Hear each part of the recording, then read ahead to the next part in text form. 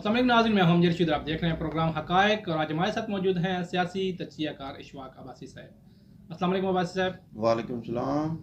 عباسی صاحب، election commission نے آج جو فارنگ فنڈنگ کیس کا فیصلہ سنایا ہے، آپ کی نظر میں یہ فیصلہ کس حد تک درست ہے؟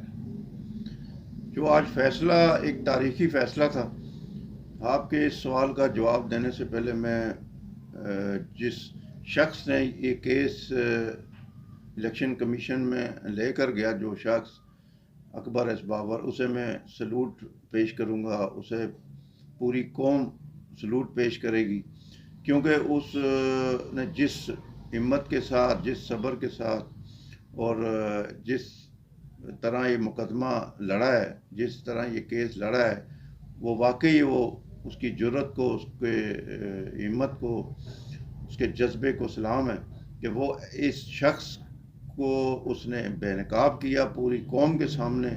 جو شخص دن رات لوگوں کو گالیاں اور ان کے ساتھ بدتمیزی، بد اخلاقی کرتا رہا ہے، وہ ڈاکو، چور، اس طرح کی باتیں کر کے اس نے پورا دھیان جو ہے دوسری طرف کر کے، اور خود وہ جو کچھ کرتا رہا ہے وہ آج الیکشن کمیشن نے سامنے لے آیا۔ اور اس کی جو فارن فنڈنگ تھی، جو ممنوع کیس تھا، ممنوع فنڈنگ، وہ سب کچھ سامنے آ گئی، ان کے لیٹر آ گئے، ان لوگوں کے نام آ گئے، ان میں انڈین بھی ہیں، ان میں یو اے کے بھی ہیں، ان میں یہودی بھی ہیں، ان میں باہر یو ایس اے کے بھی ہیں، یعنی کوئی ملک ایسا نہیں ہے جہاں سے انہوں نے غیر ملکی فنڈنگ نہ لی ہو۔ اور یہ غیر ملکی فنڈنگ لینا ہمارے آئین اور قانون میں جو ہے وہ ممنوع ہے، اور جو پارٹی وہ لے گی وہ بین کر دی جائے گی۔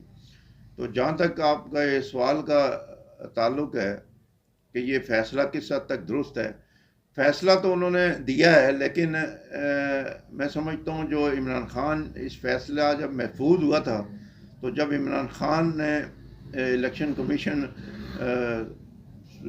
سکندر سلطان کو جو دھمکیاں دینا شروع کی، وہ دھمکیاں عمران خان کی کام آ گئی، اور جو الیکشن کمیشن نے فیصلہ سنایا وہ انہوں نے اپنی جان چھڑانے کے لیے انہوں نے ایک فیصلہ دے کر وہ گیند جو ہے وہ وفاقی حکومت کی کورٹ میں پھینک دی ہے کہ بھئی وہ فیصلہ کریں گے، وہ کورٹ میں بھیجیں گے ریفرنس، اور پھر کورٹ فیصلہ کرے گا، اور یہ ابھی کیس انہوں نے لمکا دیا۔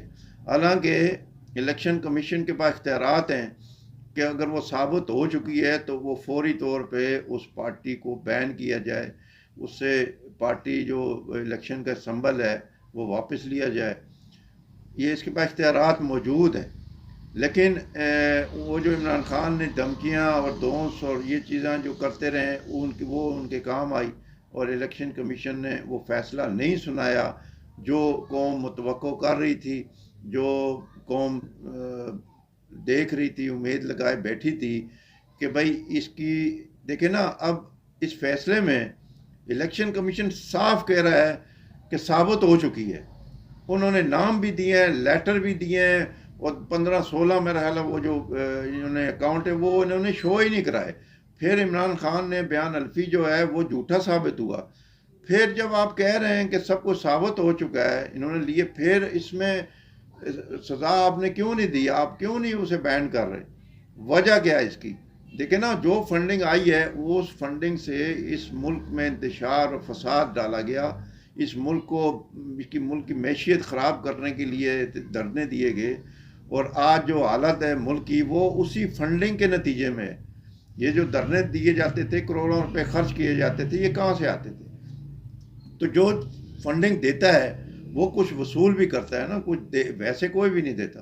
جب آپ فنڈنگ لیتے ہیں تو کچھ ان کے خواہشات بھی ہوتی ہیں، وہ خواہشات بھی پوری کرنی پڑتی ہیں۔ تو یہ جو انہوں نے یہ فنڈنگ لی ہے، اور الیکشن کمیشن کہہ رہا ہے وہ ثابت ہو چکی ہے، اور جب ثابت ہو چکی ہے تو آپ ایک شو کا نوٹس دے رہے ہیں کہ آپ کے ساتھ پاس کارروائی کی جائے یا نہ کی جائے، یعنی ایک جرم ثابت ہو چکا، وہ مجرم بن چکا، آپ مجرم سے پوچھ رہے ہیں کہ جی ہم آپ کے خلاف کارروائی کریں یا نہ کریں۔ واہ جی، لیکن عباس صاحب، پی ٹی آئی کیا والے کہتے بات ہیں کہ ہے! ہمارے پاس فارن فنڈنگ جو ہے نا، فنڈنگ ہمارے پاس سے ثابت نہیں ہوئی۔ آپ ہمارے ناظرین کو یہ بتائیں کہ فارن فنڈنگ میں اور ممنوعہ میں کیا فرق ہے؟ بھائی جان، یہ جو ہے نا فارن فنڈنگ، اس کو انگلش میں فارن فنڈنگ کہتے ہیں نا۔ تو اردو میں ممنوع انہوں نے کنفیوز فنڈنگ کیا ہے کہتے ہیں. عوام کو. وہ گمراہ کر رہے ہیں جس طرح پہلے کرتے آئے ہیں.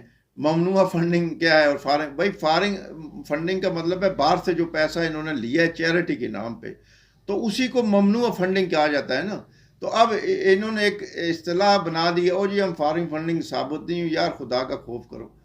ایک تو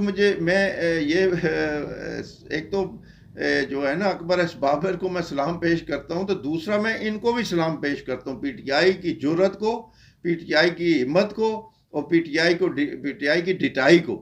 جس ڈٹائی سے اور جس بے شرمی سے یہ لوگ دفاع کرتے ہیں ہمیں تو سمجھ نہیں آتا کس دل سے اور کس دماغ سے یہ بات کرتے ہیں کہ ان کی جرأت کو سلام ہے کہ یہ پھر بھی کھڑے رہتے ہیں اور پھر بھی یہ بات کرتے ہیں جی نہیں جی ہم نے تو کچھ کیا ہی نہیں, ہم تو یہاں صادق و امین ہیں.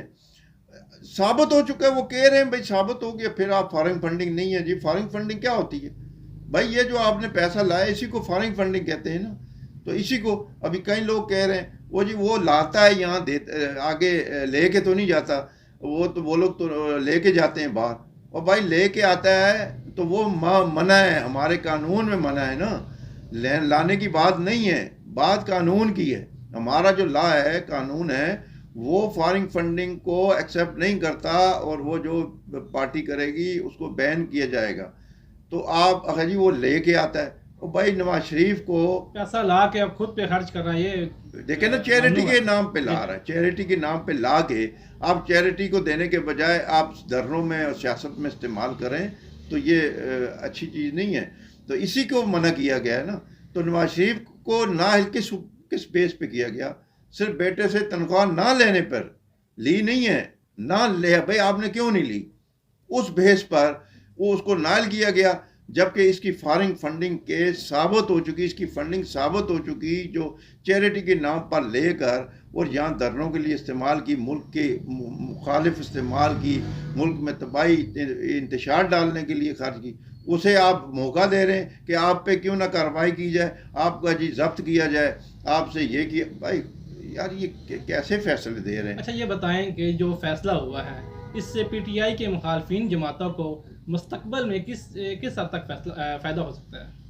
یہ تو سیاسی طور پہ تو انہیں فائدہ ہی ہوگا نا. لوگوں کو وہ ان کو ایک مل گئی ہے کہ بھئی یہ سند یافتہ ڈکلیئر جو ہے وہ اس نے چور ثابت ہو گیا ہے. یہ لوگوں کو چور کہتا رہا ہے, ان پہ تو ثابت نہیں ہو سکی.